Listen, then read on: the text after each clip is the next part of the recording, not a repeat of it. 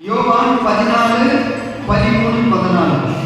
Saint John chapter 14 verses 13 to 14.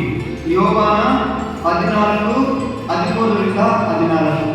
And whatever you ask in my name, that I will do, that the Father may be glorified in the Son. Ask anything in my name, I will do it. If you love me, keep my commandments, and I will pray the Father, and He will give you another helper, that He may abide with you forever. Praise the Lord. Continue. ನೀವು ನನ್ನ ಹೆಸರಿನಲ್ಲಿ நீங்கள் என் பெயரால் ಕೇಳಿಕೊಳ್ಳುವುದೆಲ್ಲ ಮಾಡ್ತೇನೆ, ನೆರವೇರಿಸ್ತೇನೆ. ಹೀಗೆ